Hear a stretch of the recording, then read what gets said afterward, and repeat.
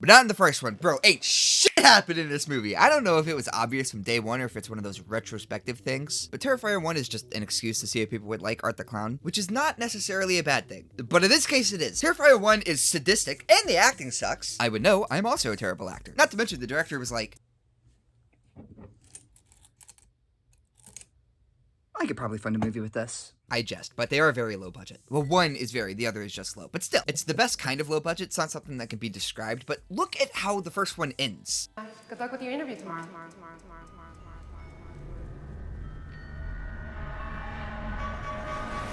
It's not just the freeze frame, but the way that they edited the freeze frame. And the fact that this is the big twist of the entire movie. It's like a Goosebumps episode, and I loved Goosebumps as a kid. I know that opening was mean, and rest assured that I love these movies, but the first one sucks, so I'm just gonna cram it all into one paragraph and move on. On Halloween night, Art the Clown screws with a couple of girls. He brutally murders everyone around them and also smears poop on the wall. But it just looks like someone painted Art with beans. Don't get me wrong, I prefer that. I don't want my wall poop to look legitimate. Then, Art saws a girl from cervix to cervix. Then he wears a crazy cat lady's skin around, but that's not actually important. Victoria, the sister of one of these two girls, randomly appears so she could be the final girl, and at the end, the police show up as Art is eating Victoria's face. They hold him at gunpoint, so naturally, Art takes a page out of my uncle's playbook and shoots himself in the head. His body is taken to the coroner's office, and then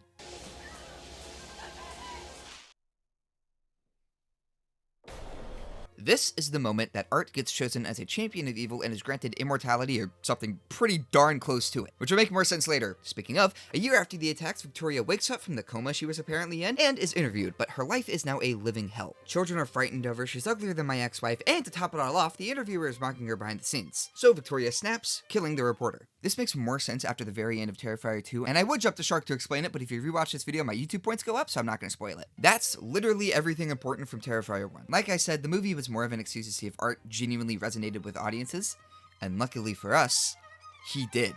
Because now, we have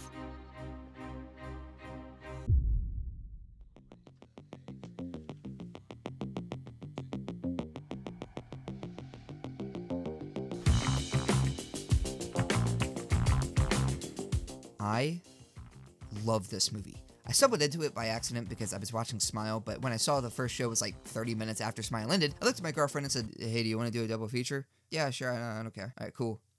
And the rest is history. Keep in mind that Terrifier 2 leaves everything vague, so we'll just have to wait for Terrifier 3 to see exactly how things will play out, but what we do know is that this is a grand story about literal good versus literal evil. Art is a champion of evil. If you remember, that's what was happening with the flashing lights at the corners. Up until that moment, Art was normal. Well, not normal, he did smear poop on the wall and he killed, like, a lot of people. Terrifier 2 follows the journey of Good's champion, Sienna. The whole literal good versus evil thing is something that I find interesting. I'm used to slasher movies being kind of symbolically about that, but they're always made up as the series goes along and written by different people, so no one that I'm aware of has really properly fleshed out these aspects with consistent rules and lore across all the movies. So after being resurrected and giving us a glorious first kill, Art goes to the dry cleaners and we meet the little pearl girl. But that's mouthful, and we can see from this article in Jonathan and Sienna's dad's journal that she is at least in the form of Emily Crane, who was Art's first victim. I can't say for sure that they are the same person, but they at least share the same face. I'll explain that more when we talk about Victoria. Emily is a unique character. She is the embodiment of the evil that has resurrected Art, so presumably she isn't responsible for resurrecting Art per se, but she is the projection of what did. She isn't the literal force of evil, but she is the face of it. I should also note that Damien Leone called this secreting fluid, as if I didn't just watch a 12-year-old girl shit all over the floor. Only certain people could see her because don't worry about it. Of course, that list is, at the moment, only Art, Sienna, and Jonathan. It's also likely that Jonathan and Sienna's father, Mr. Shaw, saw her, as she is in his journal, but I guess that's not technically confirmed. Sienna is a cosplayer, and Jonathan is interested in serial killers.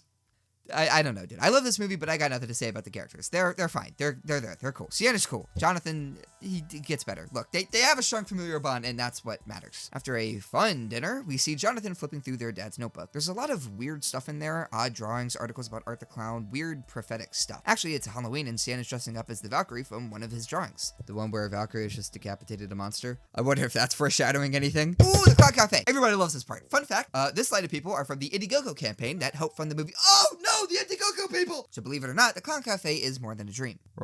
Well, I can believe it, all right. Why the fuck is there a sock puppet in this?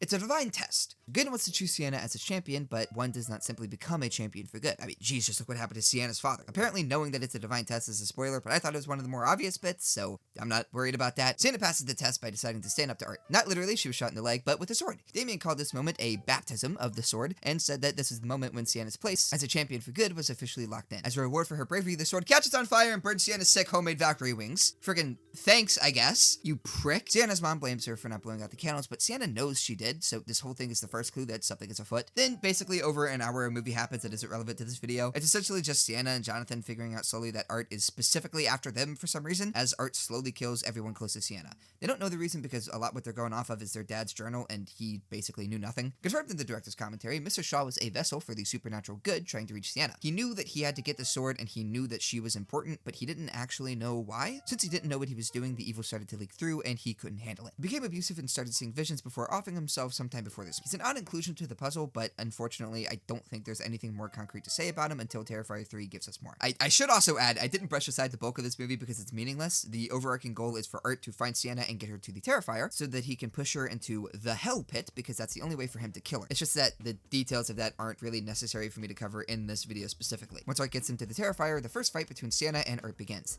It also keeps going for like 30 minutes because Damien Leone has no chill. They go back and forth between having the upper hand, but eventually Art gets Sienna to the pit and kills her with her own weapon. But if the Force has taught me anything, it's that nature always balances. Art is an immortal being now, and once he kills Sienna, she becomes one too.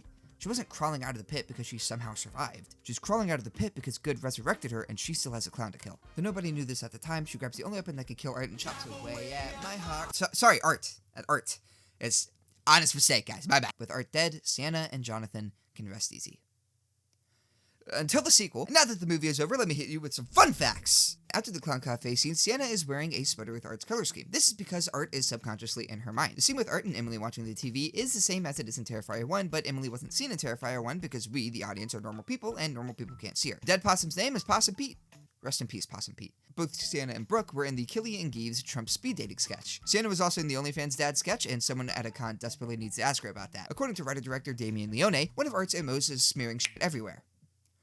Why? I wanted to do a breakdown of the trailer for Terrifier 3, but I didn't notice anything lore-related apart from this.